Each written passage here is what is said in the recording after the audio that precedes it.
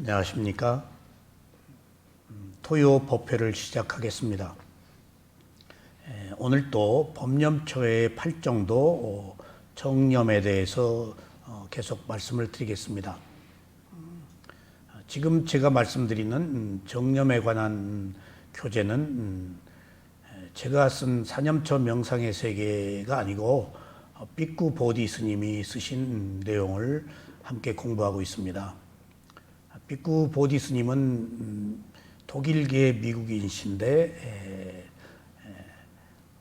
아일랜드 헬리티지라는 그런 그 단체를 만들어서 미국에서 활발하게 활동을 하고 계신 큰 스님이십니다. 저는 당초부터 수행을 먼저 했기 때문에 교학에 대한 이해가 그렇게 깊지 못합니다. 근데 수행을 하는 자의 입장과 교학자 입장이 서로 조금 다를 수가 있습니다. 교학자는 수행을 이해 못하고 또 수행자는 교학을 자세하게 풀어서 설명을 못합니다.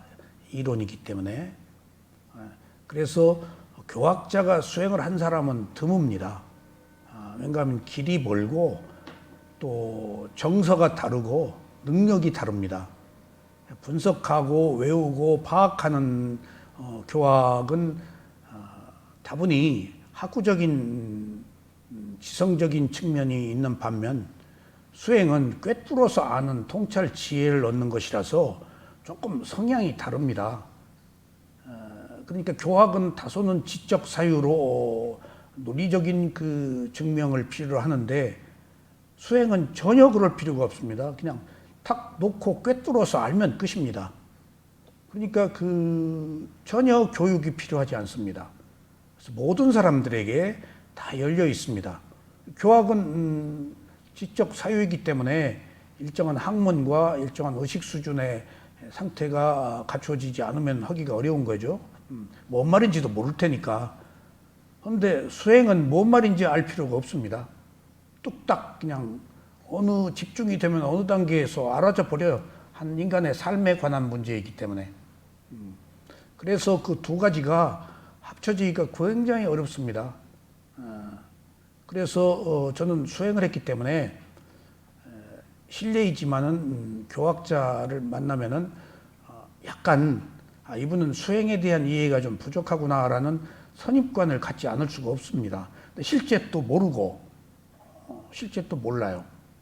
그래서 그 수행을 한 스승들이 쓴 글은 매우 리얼하게 받아들일 수 있는데 수행을 하지 않은 스승들이 쓴 글은 딱 읽어보면 알기 때문에 이해하기가 어려운 부분이 있어요.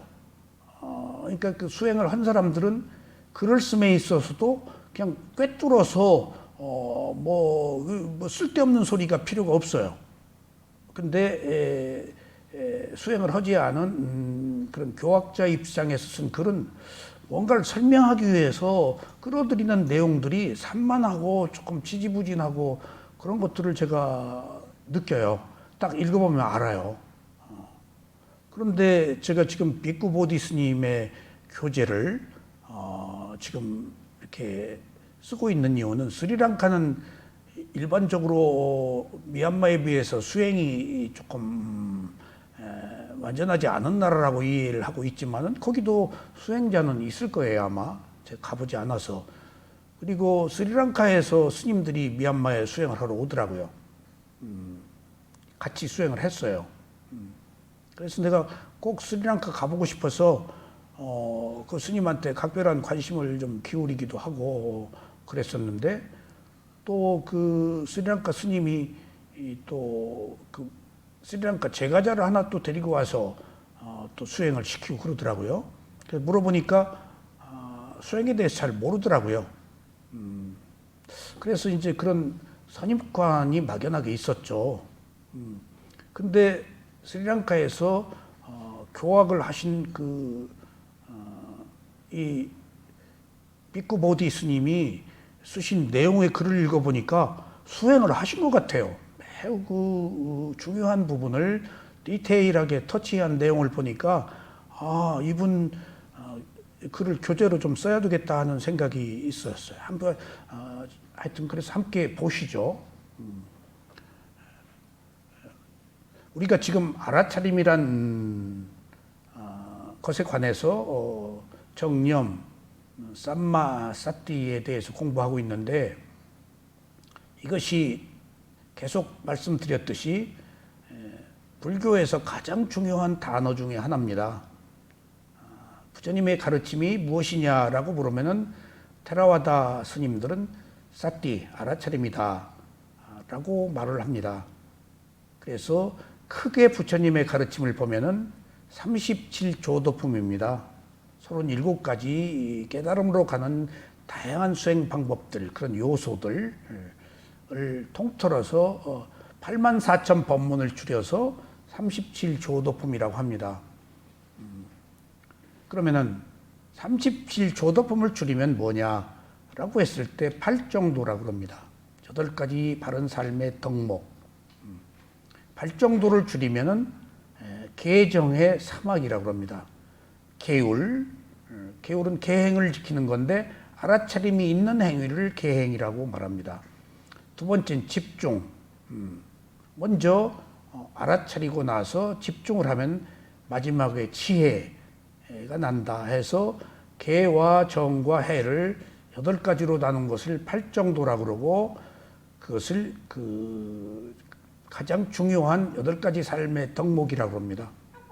그래서 계정해를 또 다른 말로는 삼학, 학은 배울 학입니다. 3가지를 배워야 된다. 그래서 배운다는 의미는 계정해를 실천해야 된다는 의미입니다. 그냥 이론으로의 계정해가 아니고 실천하는 것. 계정해가 꼭 삼학이라는 것을 유념해야 됩니다. 3가지 학문이다. 그런데 3가지를 배워라. 배운다는 것은 수행을 한다는 의미입니다. 그리고 그 계정해를 줄이면은 알아차림이다. 그렇게 얘기를 합니다. 근데 그 알아차림은 뭐냐? 중도다. 그렇게 말합니다. 그러니까 그 불교가 마지막에 알아차림 하나로 가서 그 알아차림이 표방하는 것이 중도다. 중도는 뭐냐? 중도는 또 그럼 뭐냐? 마지막에 중도인데 가운데에 있다라는 의미가 아니고 극단적 고행과 감각적 욕망과 극단적 고행을 추구하지 않고 중심에 서서 좌우를 아우르는 알아차림. 그러니까 양극단이라는 것이 욕망과 고행 2가지가 있는데 2가지가 아닌 중심에 서 있는 것이 알아차림에 의해서 가능하다는 겁니다. 이게 중도가 아니면은 그러니까 마지막에 알아차림이고 그 알아차림이 중도를 표방할 때 중도가 아니면은 계정해가 완성되지 않아서 무상고부화를 알 수가 없다는 얘기입니다. 그럼 집착을 끊을 수가 없다는 얘기입니다. 그러니까 이게 똑같은 동의어예요. 이게 84,000 법문이나 37조도품이냐 그 다음에 8정도나 계정해나 알아차림이나 중도나 그러니까 그 중도의 뜻은 2가지 극단을 배제한 있는 그대로 알아차린다. 그러니까 옳다 그르다 하지 않는 거예요. 그러니까 옳다 그르다만 우리는 알고 있지 옳다 그르다 하지 않는 알아차림은 모르고 있다고요. 지금 알아차린 순간에 옳다 그르다를 하지 않아요. 그래서 이 중간이라는 부분이 굉장히 중요한데 지금 그 중간 치우침이 없는 그 중간은 오직 있는 그대로 알아차림에 의해서만이 가능하다. 그러면 부처님은 중도로서만이 깨달음을 얻었다. 이것이 아니면 안 된다라고 그러는 것을 에까야나오 마코라고 그러거든요. 단 하나의 길이다. 유일한 길이다. 라고 말했을 때 이 8정도, 중도, 알아차림을 신수심법, 사념처라고도 또 얘기를 합니다. 그러니까 다 동의해요. 알아차릴 대상이 신수심법, 사념처니까. 그럼 몸과 마음이에요. 이렇게 포괄적 의미에서 같은 내용이 다양하게 이해되어야 해요. 그러면 여기서 무엇을 알아차릴 것인가? 사념처, 몸과 마음. 몸, 느낌, 마음, 마음의 대상인 법. 네 가지를 알아차려야 된다. 네 가지를 알아차리는 것을 에까야노 마코, 유일한 길이다라고 얘기하는데, 그러면은 유일한 길이라고 할 때 지금 네 가지가 유일한 길이에요? 아니면은 다른 무엇을 얻기 위해서 네 가지를 선택하는 것이 유일한 길일까요? 두 가지가 다, 네 가지가 유일한 길인데 뭘 얻기 위해서 유일한 길이란 말이에요? 뭘 얻기 위해서? 열반, 깨달음, 중도로 하셨죠? 유일한 길이 네 가지인데, 그러니까 유일한 길이 사념처가 아니고 주어는 열반이에요. 열반은 숨겨져 있어요. 앞에다 안 놔요. 태어나지 않으니까. 태어나지 않는다 그러면 이거 안 와요, 지금. 은현 씨도 안 올지도 몰라, 태어나지 않는다면은. 지혜가 나서 사는 것이 괴로움이라고 알아야 태어나지 않는 것에 대한 필요성을 느껴요. 그러니까 그 얘기 처음부터 끄집어내서 두려움을 줄 필요가 없다고요. 무아조차도 두려워하는데, 그러니까 그런 의미로 불교가 어렵다고 하는 이유가 바로 여기 있어요. 불교가 어렵다. 왜 어려워요? 알아차림을 하기가 어려워요. 그 알아차림의 대상은 몸과 마음이에요. 몸과 마음으로 오기가 어려운 거예요. 그리고 또 왜 어렵냐? 우리가 살고 있는 것들이 엊그제도 말씀드렸지만은, 엊그제 어떤 다른 분은 우리가 알고 있는 것이 모두 거짓이다 라고 할 때 내가 그거 들어가서 안 봤는데, 거짓이란 말이 관념이란 말을 그렇게 표현하셨구나. 거짓 아니에요. 우리는 진실을 모를 뿐이지. 불가피한 진실이에요. 세속의 진실이에요. 근데 그게 관념이다고요. 관념. 우리는 다 관념으로 알아요. 너가 관념인데, 내 재산, 내 나이, 이거 전부 관념인데, 그러니까 우리가 알고 있는 것이 관념이 지배하는 의식세계에 살고 있기 때문에 위파사나 수행은, 부처님의 가르침은, 불교는 관념이 아닌 실제를 알게 하기 때문에 전혀 다른 길이라서 어려운 거예요. 내가 살고 있는, 내가 생각하는, 내가 이해하는 영역이 아닌 다른 차원의 세계예요. 그러니까 맞질 않는 거예요, 이게. 맞질 않는 거예요. 그러니까 어려운 거예요. 우리들이 항영, 뭔가를 얻고자 할 때, 괴로움에서 벗어나고자 할 때, 누군가가 나는 가만히 있는데 한 방에 와서 해결해 주기를 바라잖아요. 어떤 힘으로, 정광석화 같은 어떤 힘으로 한 방에 그냥 화들짝. 근데 여기서는 관념에서 벗어나기 위해서 누가 와도 관념에서 못 벗어나요. 일정한 단계적 과정에 노력이 있어야 관념이 아닌 실제를 보는 수행이 필요하다고요. 그러니까 이 수행이 어려운 당초의 이유가 이렇게 복잡한 이유 때문이에요. 우리가 도무지 이해할 수 없는 정신세계예요. 그래서 부처님이 49일 동안 자기가 깨달음을 얻고 계속 자기가 깨달음을 얻은 거에서 컴퓨터 해봤잖아요. 일로 보고 절로 보고 일로 찔러 보고 뒤집어 보고 안으로 보고, 앞에서도 우영 오고 뒤에서도 우영 오고, 똑같다고. 일로 보고 절로 보고. 자기도 확신이 안 선 거예요. 부처님도 깨달음을 얻고 보니까 무상하다, 괴로움이다, 무하다란 얘기가 도대체 그 2500년 전에 대중들에게 시안이 먹힐 얘기냐고요. 더더군다나 인도라는 카스트 제도가 있는 힌두 사회에서 거기에 위대한 우파니샤드, 베다, 인류사의 가장 뛰어난 철학들이 있고, 그 다음에 바가바트기타, 힌두교 경전인 바가바트기타 경전이 굉장히 전쟁에 관한 이야기인데 뛰어납니다, 내용이. 간디는 그거 한 것만 평생을 가지고 있었다고 할 정도로 바가바트기타. 전쟁 얘기예요, 나가르주나에 관한. 그러니까 지금 우리가 불교가 어렵다라는 것은 관념을 가지고 실제를 보는 게 어려운 거예요. 더더군다나 그것이 또 한문으로 또 딱 우리들한테 접해졌고, 더더군다나 한문으로 접해진 그 불교가 중국이 리얼리티 실제 하는 그 부처님의 가르침이 중국에 와서 중국의 관념적 사회거든요. 참을 먹고 이빨 쑤시는 사람들 관념의 극치단 말이에요. 그건 뭐 어쩔 수 없어요. 그러니까 그 불교가 중국에 와서 완전히 관념화돼 가지고 도무지 뭔 말인지 또 두리뭉실 도교하고 또 접목돼 가지고 그 훌륭한 뜻은 그대로 나름대로 찬란하게 보장되고 있지만은 관념화로 또 무장된 바가 없지 않아 있어서 굉장히 화려해졌어요. 제가 그 한문으로 된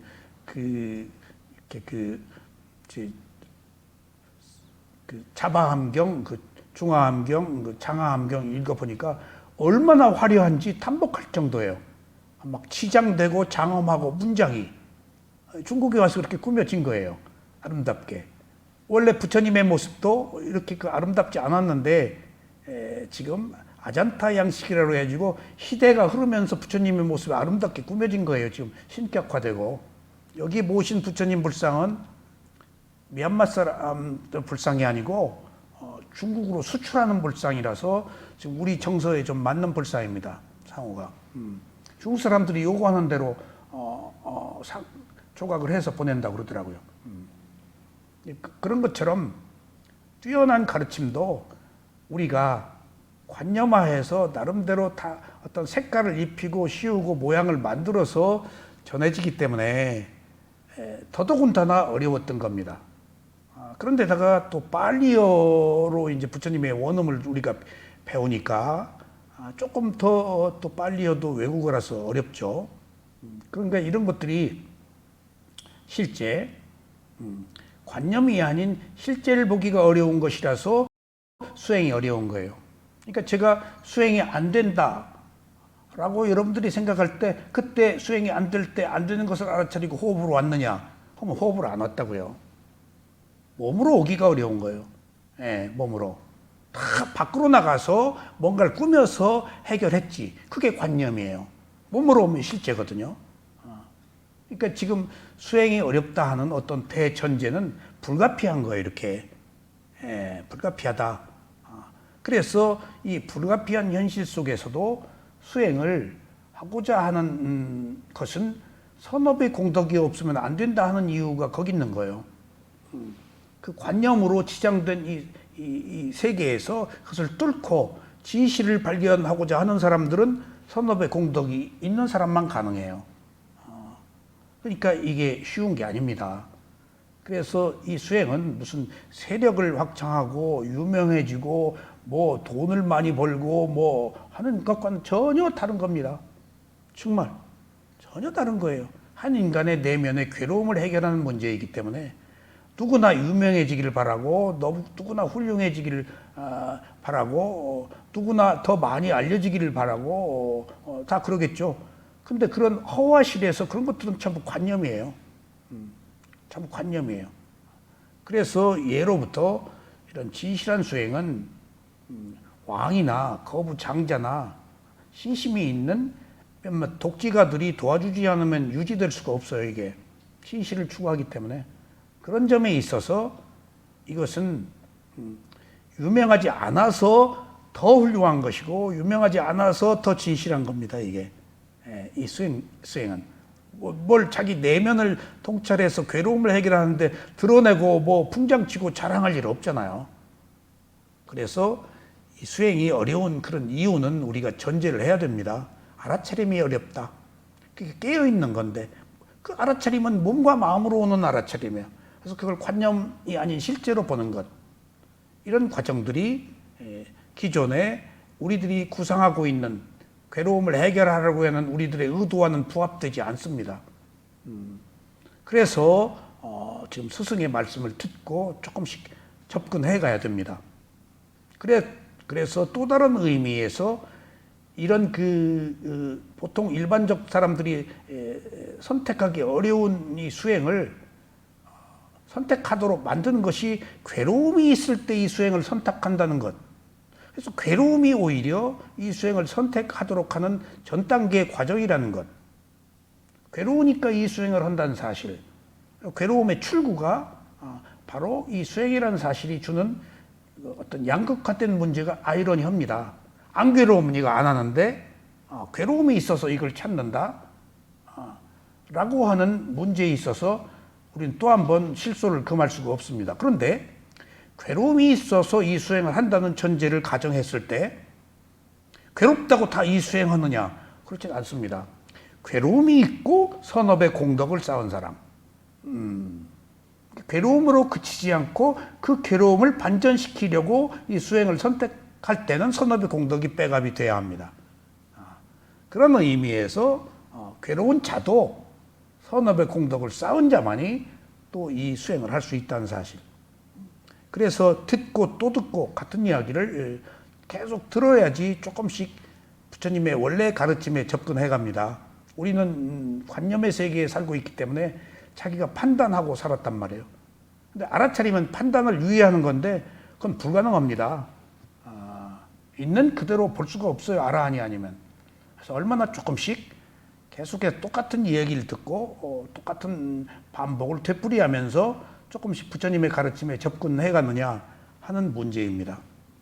자, 그러니까 어렵다고 몰라 왜 이렇게 어려워 그러지 마시고 원래 어려운 것이다. 왜? 나는 관념의 세계에 살고 있기 때문에 실제를 아는 과정은 전혀 다른 길이라서 내가 알던 세계가 아니라서 벌써 내가 입맛에 맞는 것만 먹고 입맛에 맞는 것만 얻으려고 그러는데 내 입맛에 안 맞는 거예요, 실제는. 그래서 내가 스스로 거부하는 거예요, 지금. 내놔도 그걸 주질 않아요. 이유가 거기 있습니다. 있어도 못 본다고요. 자, 제 교재로 가겠습니다. 우리는 항상 현재를 잘 알아차리고 있다고 생각할지 모르지만 이는 착각입니다. 그렇죠? 그러니까 보는데 보고 아는데 뭘로 알을까? 관념으로 아는 거예요. 실제로 아는 게 아니에요. 여기 알아차림이 없기 때문에 보았다고 생각해. 나 대통령 잘 알아. 나 누구 잘 알아. 보통 그 얘기 하잖아요.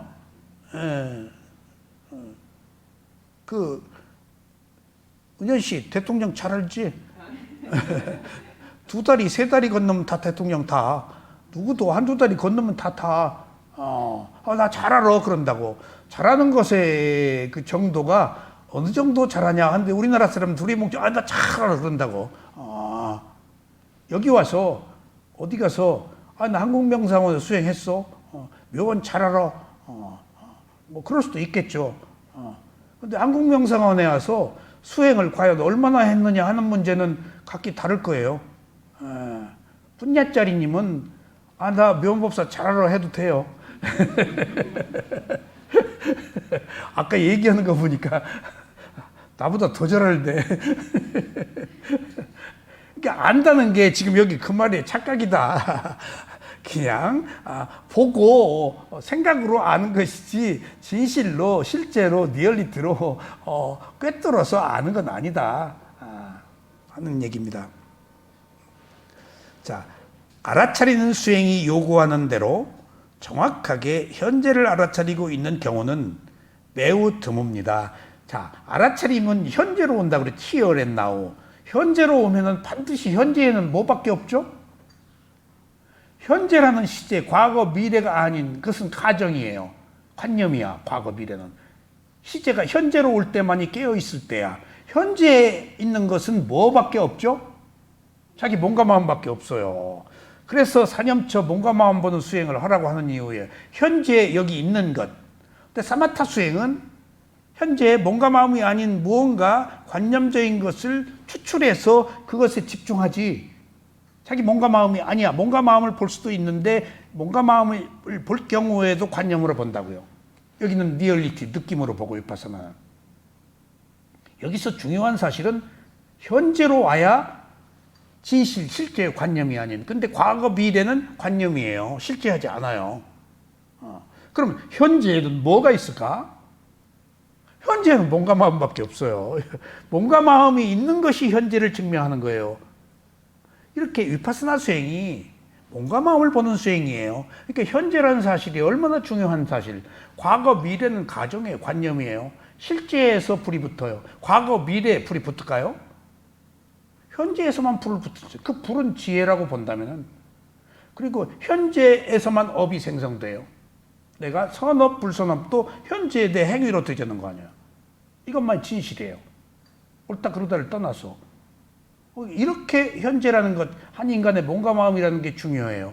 한 인간의 몸과 마음이 이미 12연기 안에서 다 나와버렸어요. 몸과 마음이 아닌 것은 지금 관념이다. 한 몸과 마음이 어떻게 원인과 결과로 진행되는가, 그것이 전부다. 그러니까 제가 지금 불교를 시작이 12연기의 원인과 결과고, 말씀 계속 드렸죠. 12연기의 원인과 결과는 모든 게 내 책임이라는 사실을 먼저 아는 거예요. 원인이 나다. 내 책임, 내가 일으킨 원인으로 내 책임이다. 근데 나가 아직 있기 때문에 집착이 끊어질 수가 없어서 해탈의 자유를 못 누린다. 그러니까 12연기에 고진멸도, 사성제, 도성제, 위파스나 수행을 해서 무상고무를 알으면 여기서는 내 책임이지만 여기서는 나라고 책임질 만한 나도 없구나라고 알아야 자유단 말이에요. 그래서 12연기의 원인과 결과로 시작해서 사념처 수행, 무상고무화로 가야 이게 하나요 완성이 이루어진단 말이에요. 그러니까 바로 제가 12연기의 원인과 결과를 이해하고 그 다음에 여기서 우리가 흔히 얘기하는 49제다 뭐다 할 때 여기서 무명으로부터 늙어서 죽는 일련의 과정이 마음과 몸이 어디 가서 잠시 힘들다고 쉴 수 있는 줄 아세요? 빠르게 끊임없이 계속 가속도에서 움직이는 현상밖에 없어요. 어디 가서 49일 동안 중엄신이라고 해서 연옥 영혼처럼 기다리고 그럴 수가 없어요. 12연기를 모르기 때문에 그런 가설들이 다 생겨나는 거예요. 12연기의 원인과 결과를 모르기 때문에 외부적 힘, 문수보살, 관세음보살, 뭐 하느님, 알라 뭐 이런 게 들어오는 거예요. 12연기의 원인과 결과를 이해하면 들어올 수가 없어요. 한 인간의 조건들이 연속되는 현상만 있지. 그러니까 저는 12연기의 원인과 결과를 하고 사념처 수행의 위파사나 수행을 얼마 정도 한 뒤에 지금 제 느끼는 소회가 있다면은 무엇이 삿된 건지, 무엇이 옳은 건지, 그것이 왜 삿된 건지가 바로 나와요. 바로 나와요. 12연기에 비춰보면 할 수 없는 이야기야. 거기다가 부처님의 가르침이 역사적으로 왜곡될 소지가 많고, 벌써 부처님 바로 인멸 후에 18 불교가 생겨서 분열되고 인도에서는 또 없어져 버렸잖아요. 그 인간들의 사회이니까 불가피한 거예요. 부처님이 다 보셨어요. 그래서 그나마라도 불법이 남아서 바르게 전달되도록 부처님이 설한 것이 아비담마예요. 논장. 그러니까 12연기의 원인과 결과로 비추어 보고 아비담마의 논장에 비추어 보면은 거기에 근거해서 삿된 견해를 배제해야 돼요. 인간은 삿된 걸 만들어내거든요. 자의식으로. 이게 관념이니까. 실제가 아닌, 실제를 아는 아라한들은 안 만들지. 근데 수행을 하지 않은 관념에는 계속 끊임없이 뭔가 만들어내지. 뚝딱뚝딱 하면은 푹 치고 나가면 뭐 무슨 종파 하나 생기듯이. 나는 이렇게 생각했다 하면 무슨 파 하나 생기는 거예요. 그게 관념의 사유이기 때문에. 그래서 실제 우리가 그 불교의 가르침에 준해서 이런 스승들의 말을 경청해야 되는 이유가 자꾸 안 벗어나게 바르게 유도하고 깨달음을 얻도록 포커스를 좁히는 거예요. 지금 단순화시키고. 그래서 정확하게 현재를 알아차리고 있는 경우는 매우 드뭅니다. 자, 일상적인 의식에서 우리의 마음은 한순간에 접수한 심상과 더불어 인지 과정을 시작하게 되지만 그 각인된 것과 더불어 머물지 않습니다. 자, 오늘 제가 수행이 어렵다는 것을 얘기를 했죠. 볼 때, 지금 뿐야짜리님을 볼 때, 이모님을 볼 때, 딱 그냥 난 이모님으로 안 봐요. 화가 회장이 오셨구나. 오늘은 아니 그건 내 자유다니까. 이모님하고 상관없어. 이모님이 왜 오늘 이렇게 보름달처럼 아름다워? 그 내 자유라니까. 나는 그렇게 온갖 인식하는 과정에서 그걸 만들어내요. 그냥 안 봐요. 예. 아름다운 여자네. 무슨, 그거 지금 이런 인식 과정에서 마음이 대상과 접촉하면서 심상, 이게 그 리미타, 제가 이렇게 얘기하는 것은 전부 마음이 만든 인식 과정에 생기는 표상들이에요. 오온의 수상행 표상이 있잖아요. 오온은 함께 일어나서 함께 소멸하니까.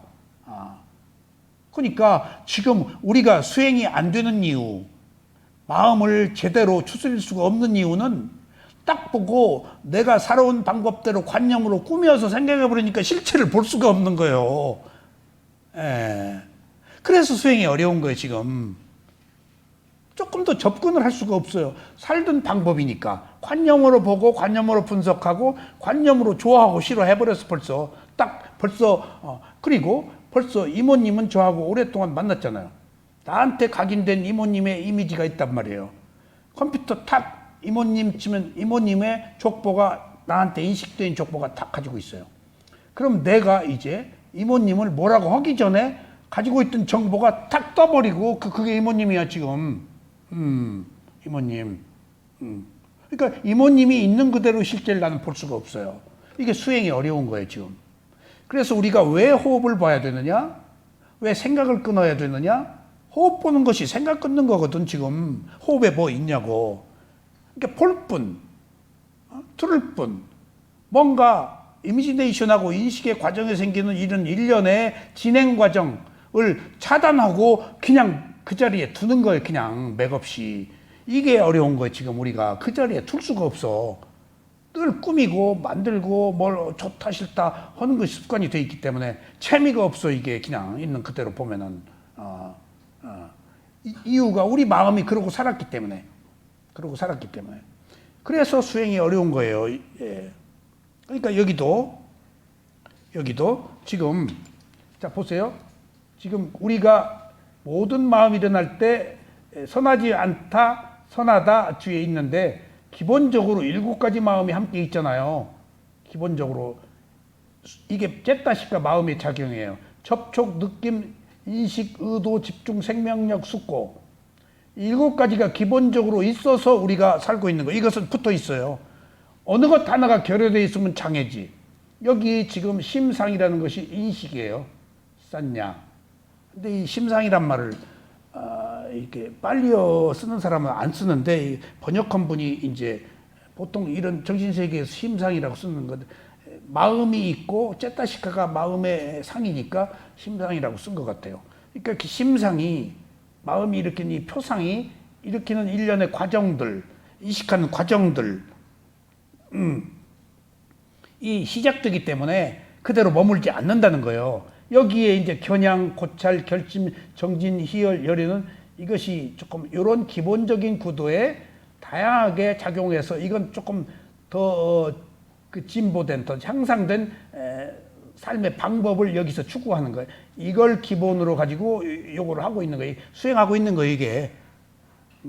그러니까 이건 선택적이에요. 이건 무슨 자동차 사면은 옵션이라고 했나? 옵션. 이거 옵션. 이건 그 뭐라 그래요? 이것은 기본 사양. 기본 사양. 기본 사양. 이거 옵션. 수행은 옵션이야.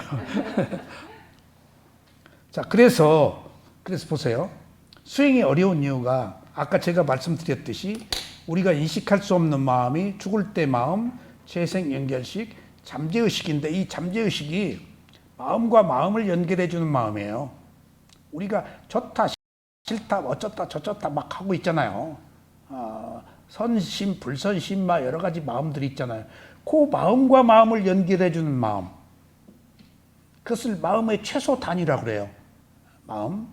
그 마음이 지금 딱 나도 모르는 그 마음이 빠르게 물질이 한 번 변할 때 17번 빠르게 일어났다 사라지는데 이 빠르게 일어났다 사라지는 이 최소의 단위가 번갯불에 콩튀어 먹는 것보다 더 빠른 마음이 최소의 단위가 또 그 안에 17번 또 있더라는 거예요. 그래서 인식할 수 없다는 거예요. 근데 그 17번의 빠른 마음이 같은 마음이 아니고 보세요.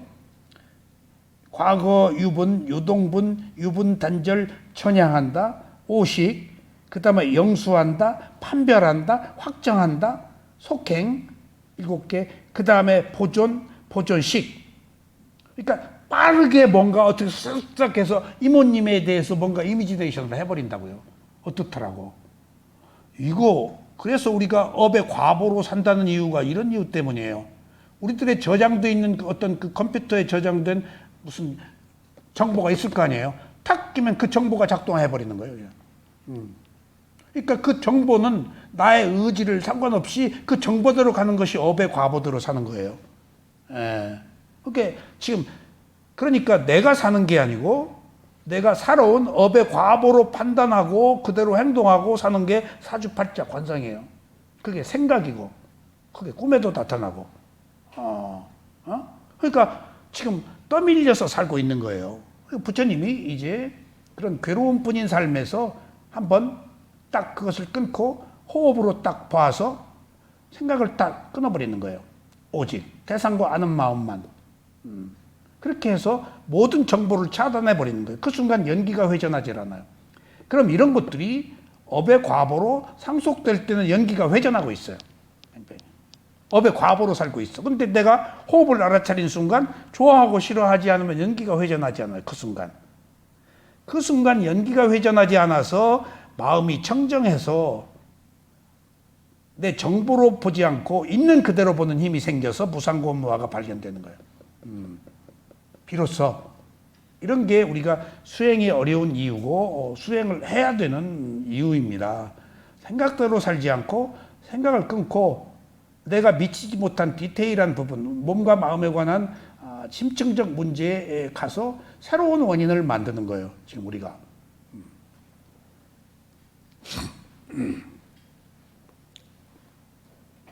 본이 와가지고 내가 더 지금 자세하게 열심히 설명해 주는 거예요. 알아듣겠어요? 오히려 마음은 그 직접적 심상을 심적 구조물들의 더미들과 시작하는 출발점으로 삼아버립니다. 그러니까 딱 봤어. 있는 그대로 보기보다도 뭘 꾸미는 것으로 출발한다. 어떤 무더기들을 끌어들여서 옳다 그르다. 그러니까 온갖 그 언어와 온갖 사고와 온갖 견해들이 난무하죠. 100이면 100사람의 견해가. 부부도 자식도 다 다르잖아요.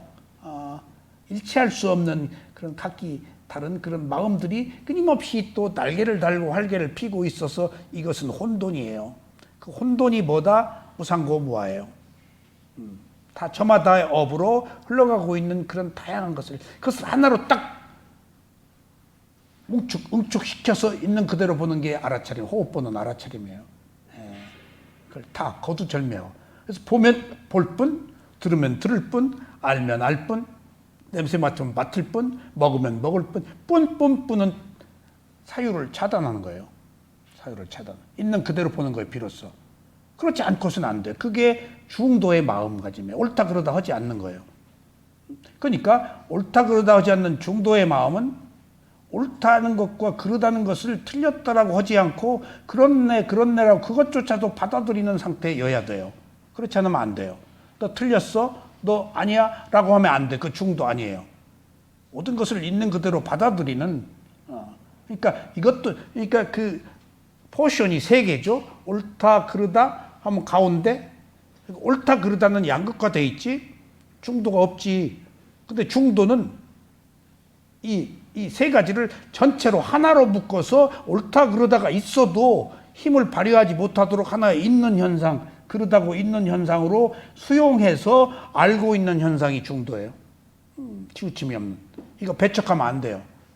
중요한 건 우리가 잘못됐다고 배척하는 데 문제가 있어요. 그게 알아차림이 가진 특성이에요. 무엇도 배척하지 않아요. 그냥 있는 그대로 놓고 본다는 것이 중도가 가진 의미입니다. 그것이 아니면 안 돼요. 그것이 아니면 안 돼요. 절대. 그것이 아니면 안 되기 때문에 그것으로 부처님이 부도의 길에서 괴로움을 해결했다고 늘 말씀하신 거예요. 그것이 옳다 그러다 하지 않는 것으로서만이 내가 괴로움을 해결했다. 정말입니다. 어떤 문제에 여러분들 직면해 있을 때 옳다 그러다 하지 그 답 없어요. 그러니까 어느 경우에 부처님한테 이렇게 부르면 이게 옳습니다. 그것도 옳다. 또 이 사람이 이렇게 부르면 이것도 옳습니다. 그러면 이것도 옳고 이것도 옳은데 어느 게 옳아요? 그러면 그것도 옳다. 그렇게 말이 나와야 돼요. 이게 두리뭉실하지만은. 이게 옳다라는 이야기가 있는 그대로 알아차려서 그것 나름대로의 의미를 존중한다는 의미가 있어요. 왜? 여기서 중요한 문제가 있습니다. 왜 그래야 될까요? 바꿀 수 없어요. 축적된 성향은. 업의 과보는 어제 오늘의 문제가 아니에요. 필연적으로 그렇게 될 수밖에 없는 어떤 당위성이 전제되어 있어요. 그것을 지금 이 시점에 와서 옳다 그러다 하면 안 돼요. 이 시점에 와서. 그럴 수밖에 없었던 문제들. 또 그렇다 하더라도 또 바뀔 가능성까지 있잖아요. 지금. 옳다 그러다 하는 순간에 이미 박제되지만은 또 다 그것도 옳다라고 할 때는 그것이 아닌 다른 개연성까지도 존중할 수 있는 어떤 여지가 있잖아요. 이게 중도예요. 이게 위파사나의 알아차림이에요. 그러니까 위파사나 수행의 알아차림이 불교를 한마디로 아우르는 이야기라고 하는 이유도 여기 있어요. 이것이 아니면 안 돼요. 이것이 손오공의 조자룡이의 조자룡이요. 조자룡의 형칼. 삼국지가 조금 그런 사실이 있긴 했는데 중국식으로 조금 이렇게 재미있게 꾸면 과장을 해서 한 건데 어쨌거나 그래서 이렇게 딱 뭔가 구조물 심적 구조들의 더미들을 짓기 시작하는 출발점으로 삼아버립니다. 그러니까 지금 제가 비쿠보디스님이 이런 그 알아차림이 한 마음이 이거 아비담마에 다 있는 이야기인데 쉽게 우리에게 이해시키기 위해서 문장을 썼다는 것이 다 아비담마도 꿰뚫고 계시다는 얘기 같아요. 늘 들으셨겠지, 미얀마 스승들한테. 근데 이걸 언어로 표현하고 펴고 함에 있어서는 서양 사람들을 못 따라가요. 분석기 때문에 서양 사람들은. 이게 동양은 전체로 보기 때문에 이런 표현이 조금 약해요. 제가 서양 수행을 많이 해봐서 그래요. 관음법문, 아바타, 무슨 하는데 서양 사람들은 딱 분석해서 그냥 딱 도출해 버리더라고. 그래서 이런 분석력이 원래 불교가 아비담마가 분석적인데 서양 사람들은 배울 때 체계적으로 배웠고 우린 전체로 배운다고요. 동양은 전체로 들어가요. 서양은 잘라놓고 들어가 버리고 그런 점에 있어서 전체로 들어간 동양 것을 갖다가 총체적인 것 같다. 서양 사람들이 잘라놔서 지금 이 수행도 서양 사람들이 만드는 그런 수행 프로그램이 지금 유행하고 있는 거예요. 그러니까 그 구중궁궐에 가서 뭐 하듯이 지금 미얀마에 가서 허구한 날 안것 동안에 뭔지도 모르는 방 하나 배정받아서 일어남까지 호흡만 붙잡고 있는다는 것이 서양 사람으로 보면 조금 힘들지. 딱딱딱 체계적으로 1코스, 2코스 탁탁탁 제가 그런 수행을 다 배웠거든요. 그래서 제가 이 위파사나 수행 프로그램도 시작할 때 중간에 끝낼 때 서양 프로그램처럼 단계적 과정을 도입한 부분이 없잖아 있는 거예요. 딱 앉아서 수행하라고 그래요. 미얀마는. 밑도 끝도 없어요. 그냥 앉아서 호흡 보라고 그래요. 근데 앉아서 보려고 그러다가 딱 망상 들어오고 이렇게 보면 10분간 망상하고 있었더라고요. 이렇게. 그러니까 그러지 말고 도입 부분을 만들어서 어느 상태로 유도하는 게 좋겠다. 마음이 호흡에 붙어 있으려고 안 해요. 제멋대로 떠다니려 보고 살아서. 그래서 제가 만든 프로그램도 서양 사람들의 프로그램을 배운 바로 조금 합리적으로 힘이 덜 들게 조금 이런 것도 필요하지 않은가 하는 의미에서 한 건데 이것이 필요한 사람에게는 필요해도 필요 없는 사람에게는 필요 없습니다. 도움을 주기 위해서 만드는 방편이기 때문에 꼭 그래야 된다라는 것은 아닙니다. 그러니까 왜 제가 이 얘기를 하는가 하면은 어떤 분이 여기 와서 오랫동안 수행을 하고 떠나면서 조금 안 좋게 떠나면서 안 좋은 얘기를 해서 그 얘기를 하지 말지 그냥 떠나지. 법사님이 가르쳤는 대로 사람들이 다 수행한 줄 아세요? 찔끔 하더라고.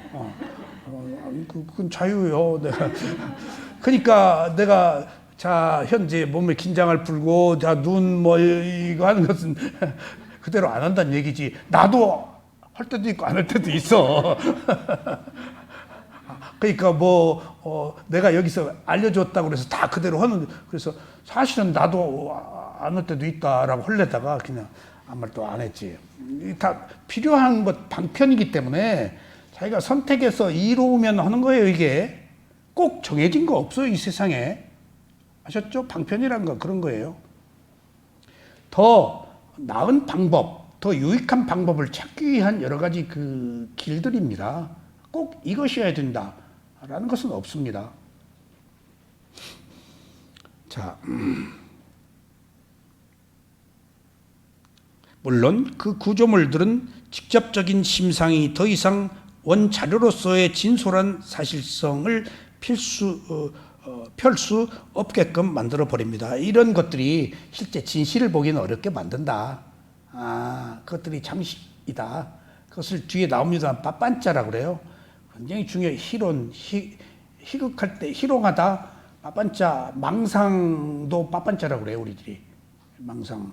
그러니까 어떤 그 장애, 그러니까 진실을 보는데 이런 관념들, 상, 리미타, 표상 이런 것들이 다 수식으로서 모양을 있는 그대로의 진실을 흐리게 한다. 그냥 놓고 있는 그대로 여자다, 남자다, 예쁘다, 밉다 없이 한 정신과 물질로 볼 때 정신과 물질이 가지고 있는 존재의 특성을 보는데 다 뭔가 희롱하고 있다고. 예쁘다, 밉다, 좋다, 싫다로.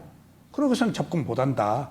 그러니까 그런 실제적 사유, 정신적 사유, 언어의 사유를 딱 끊는 게 알아차림고 호흡 보는 거예요. 모든 그 언어적 사유를 끊는 게. 그러니까 왜 호흡을 봐야 된다 하는 이유를 제가 계속 강조하는가 하면 큰 의미는 없고 그 진실한 그 이유는 여기 있다. 어디 가서 왜 호흡 봐야 되느냐 라고 말하면 이런 이유를 다 장황하게 설명할 수 없잖아요. 그 순간 생각이 끊어지기 때문이에요. 그 순간 현재로 오고 그 순간 관념이 아닌 실제를 보고 그러면 된 거예요. 근데 우리들이 해결하고자 하던 모든 문제는 과거 미래일 뿐더러 현재가 아니고 그 다음에 해결하려고 해도 안 돼요. 이미 만들어진 것들은. 근데 알아차리면 해결하려고 알아차리는 게 아니다고요. 있어서 알아차리는 것이지. 그럼 알아차리는 새로운 마음이 들어오면 괴로워하는 있는 마음에 밀리게 돼 있어요. 순서가. 이거 이상 더 좋은 게 어디 있어요. 순위를 밀어내버리는데 괴로움을 알아차리는 마음으로 그러면 된 거예요. 근데 또 오지. 괴로움의 힘은 강하니까. 여기에 나의 괴로움이라고 생각하니까 사라졌어도 또 내가 끄집어낸다고. 내가 끄집어내는 거예요. 소멸했는데. 그러니까 계속 알아차리면은 그 괴로움의 힘이 약해진다는 얘기죠. 나의 힘이 약해지고. 자, 인지 과정은 일반적으로 해석하는 과정입니다. 여기 나오네요. 이걸 해석한다. 그냥 딱 끊고 있는 그대로 놓고 본다가 아니고 지금 알아차림과 다 상치된 이야기들입니다. 해석한다. 알아차리면 해석이 없죠.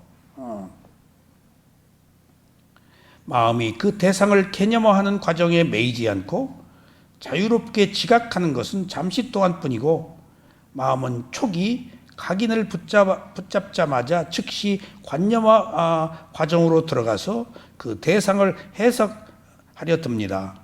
이것이 딱 이제 소설 쓰는 거예요. 그러니까 제가 글을 쓰다가도 저도 미사여기 언어 화려한 용어들 많이 쓰는데 옹달점 글에서 그 썼다가 얼른 빼요. 낯간지러워서 못 쓰겠어요. 그 아름답게 꾸미려고 그러는 것이 내 자의적 의도가 들어가 있어요. 있는 그대로 놓고 보면. 우리 딸이 사회선생인데 독서를 보니까 많이 하대. 난 책 읽으라고 말한 적은 없는데 교사인데 뭐 글을 쓴대요. 근데 인터넷에서 뭐 글을 많이 쓴대요. 근데 사람들이 다 작가냐고 물어본대요. 아니라 그러면 작가로 데뷔하라 그런다고. 그래서 그래? 책은 많이 보더니 그래서 좋은 글이면은 우리 게시판에 그런 란을 하나 만들어서 사람들이 자기 작품을 소개하는 글도 하나 그 양념으로 하나 넣을까 하고 이제 다양한 사람의 수필 같은 것이 또 때로는 필요하다면은 수행에 도움이 되는 한번 보내봐라. 얼굴이 화끈거려서 읽을 수가 없어요. 어떻게 꾸미고 비비틀었는지. 그냥 내가 이렇게 다른 세계에 살고 있구나.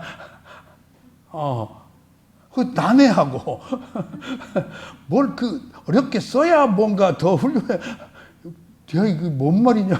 너 왜 이렇게?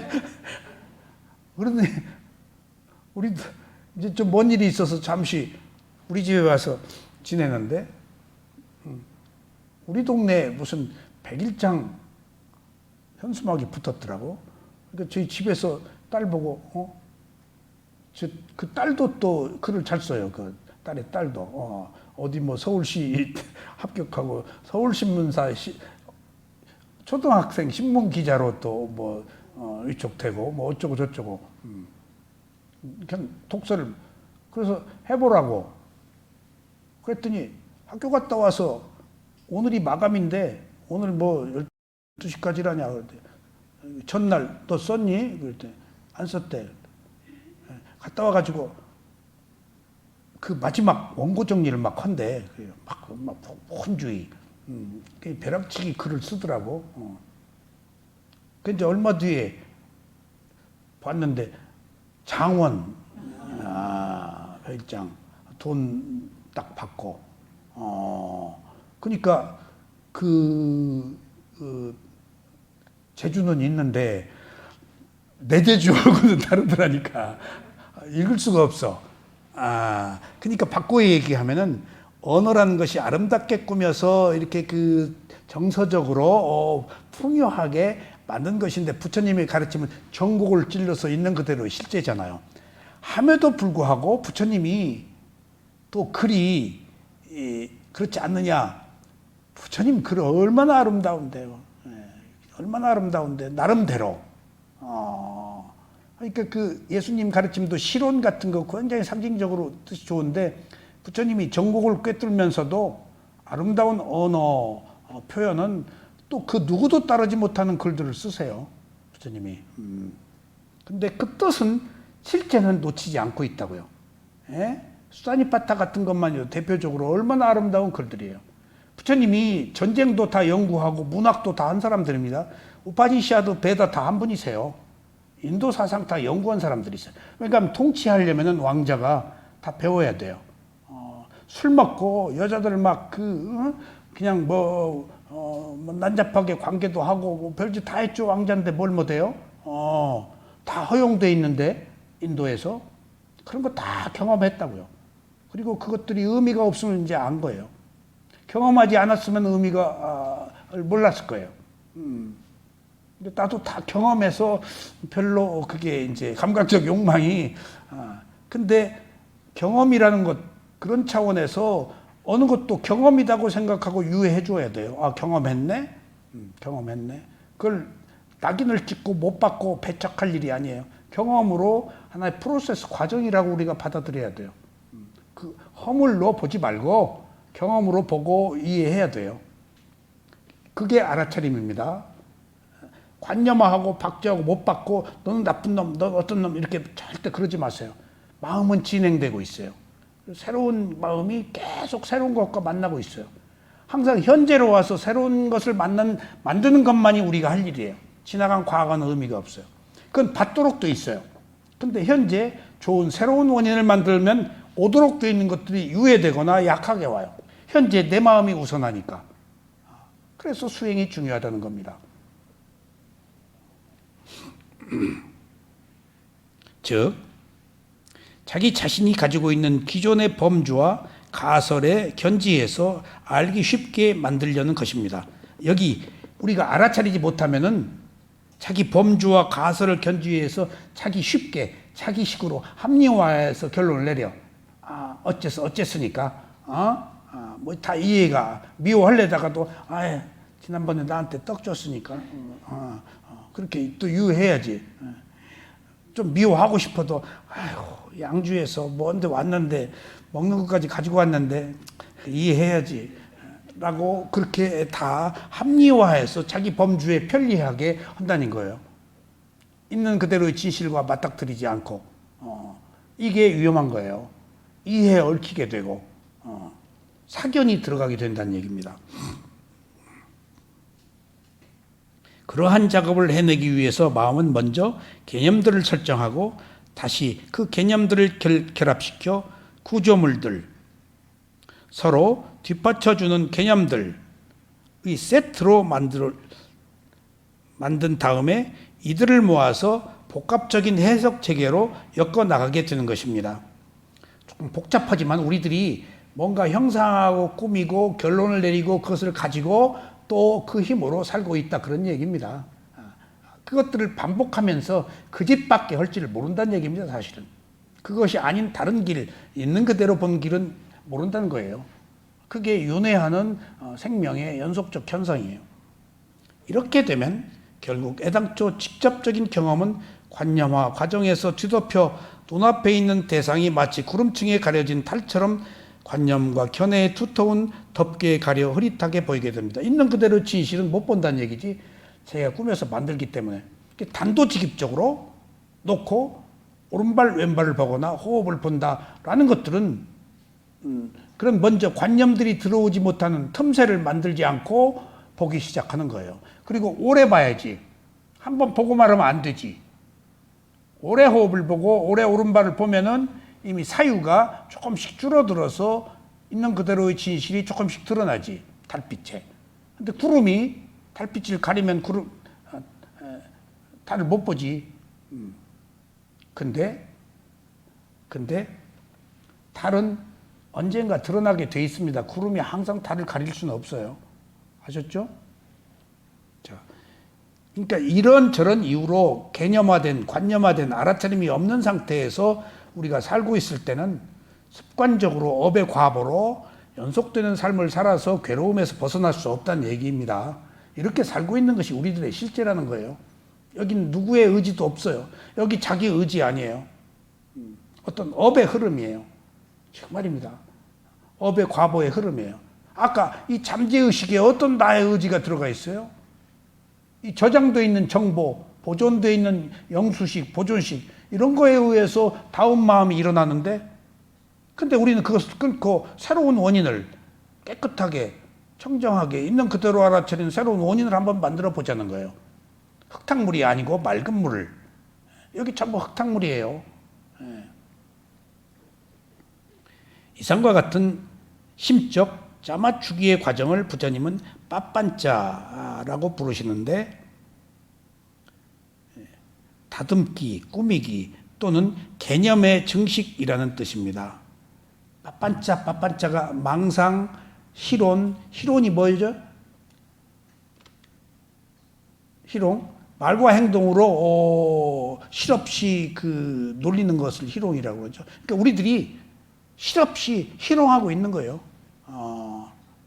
그거를 희극도 같은 희자 써요. 희롱할 희자예요. 예. 그러니까 우리들의 생각들이 다 희롱하고 있는 거예요. 뭔가 꾸며서 킥킥거리고 비호하고 희롱하는 것이 재밌는 거예요. 그걸 빠빤짜 그거 개념이라고도 해요. 개념. 그걸 관념이라고 해요. 우리들이 설정한 어떤 만드는 것들. 그러니까 그것을 우리는 진실로 받아들이고 사실로 받아들이잖아요. 내가 맞춰놓은 어떤 정형에 대비해서 판단하잖아요. 그 개념에. 근데 이런 것들을 사실은 빠빤자의 정확한 뜻은 장애다. 지체다. 장애다 그것은. 근데 우리가 장애를 안고 가지고 산다는 얘기야. 그래서 우리는 나병 환자, 정신병 환자라고 하는 이유가 거기 있습니다. 그러니까 업의 과보로 산다라는 것은 진실을 모르고 내 고정관념, 내 성격대로 살고 있다. 그러잖아요. 그게 성격이에요. 빠빤자가. 우리들이 지배하고 있는. 그래서 빠빤자를 다듬기, 꾸미기 또는 개념의 증식이라는 뜻입니다. 다듬기는 현상 제시의 현장성을 차단합니다. 지금 여기에 현장성, 즉시성, 일치성, 현장성, 지금 여기에 있어야 되는데 이런 다듬기를 하면은 현장에 없는 거야. 가상이야, 가공이야. 그래서 현장성을 차단한다. 있는 그대로 못 본다는 얘기죠. 그러니까 이런 표현이 서양 사람들이 불교를 배우고 나름대로의 언어로 쓴 것들이라서 조금 서사적이고 문학적이잖아요, 지금.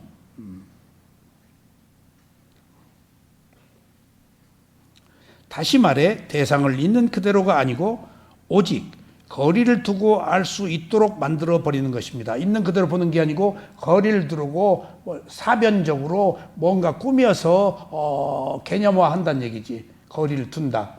가서 딱 맞닥뜨리는 게 아니고.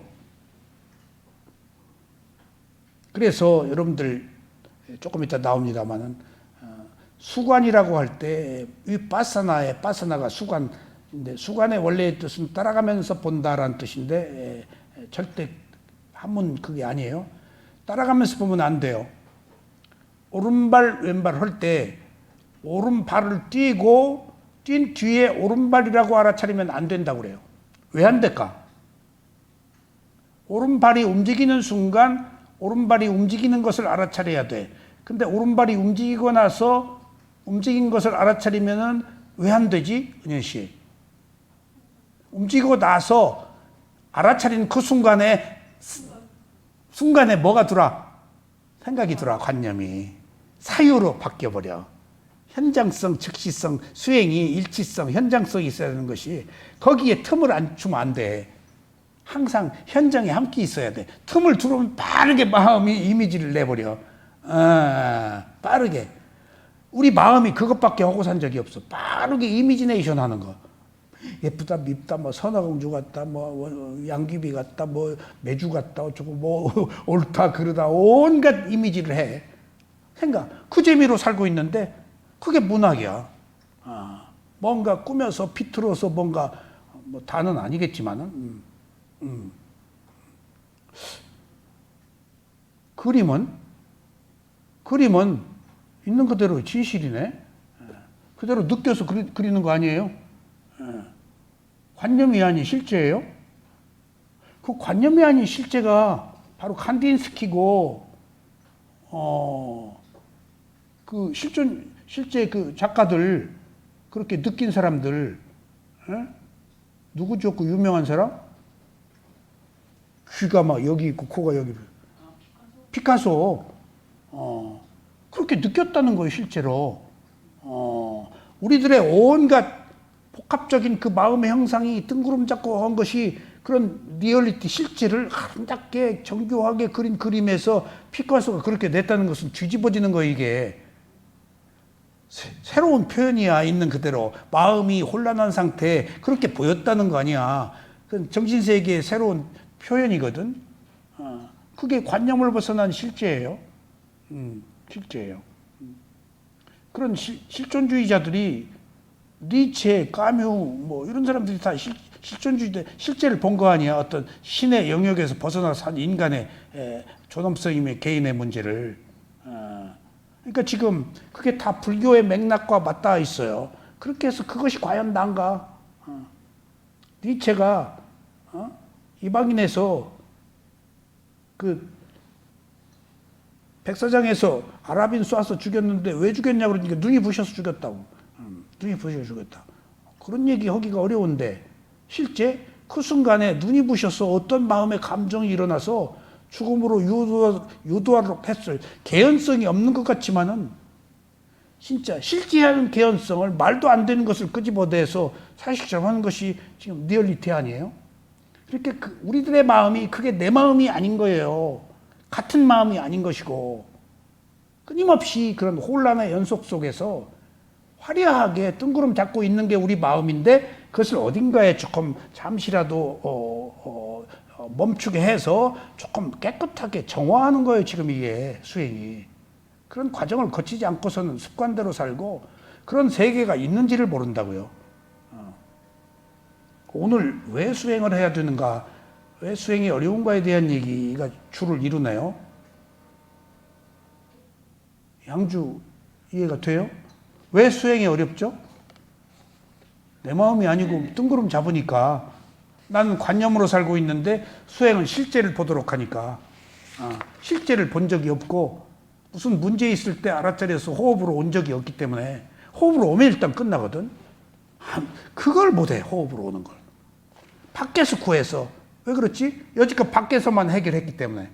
자기 몸의 호흡에서 해결하는 바가 없기 때문에. 그러니까 뭔가 미래지향적이고 뭔가 의지해서 뭔가 해결하려고 하고 다른 힘을 빌려서 해결하려고 그러고 바닥대로 있는 그대로 전국으로 탁 찌르지 못하고 뭔가 다른 어떤 뭔가 연루해서 무슨 문제를 해결하려고 그런다고요. 어떤 힘으로, 사유로.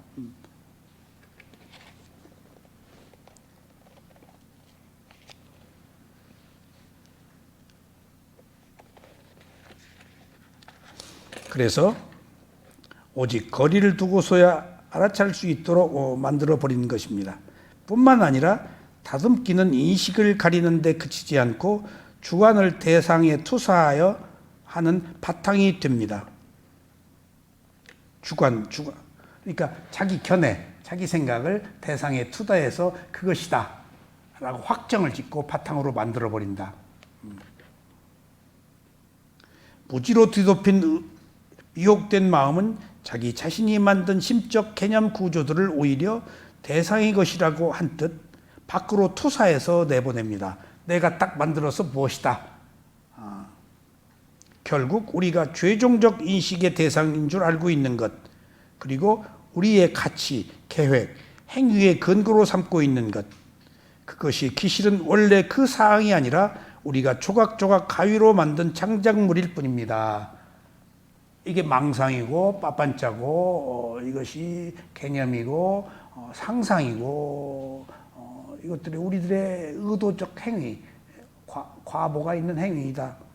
물론 이 창작품이 전적으로 허상이거나 순전히 환상이기만 한 것은 아니다. 현실의 다수는 기초 위에 두고 있기 때문에 몸과 마음이 여기 있으니까 몸과 마음이 만들어낸 것이기 때문에 환상이다, 가설이다, 허구이다 라고 할 수도 없어요. 제가 문학을 할 때 문학이 이상한 짓을 하는 사람처럼 생각되고 뭔가 새로운 것을 추구한다. 거기 빠지면요. 현재의 삶이 가설이고 문학 속에서의 삶이 진짜같이 느껴져요. 그럼 이상한 짓을 해요. 실제로. 나도 모르게 그것이 좋아서 하는 거예요. 근데 그런 행위를 한다고 해서 그게 사실이 아닌 것은 아니잖아요. 몸과 마음을 가지고 하니까.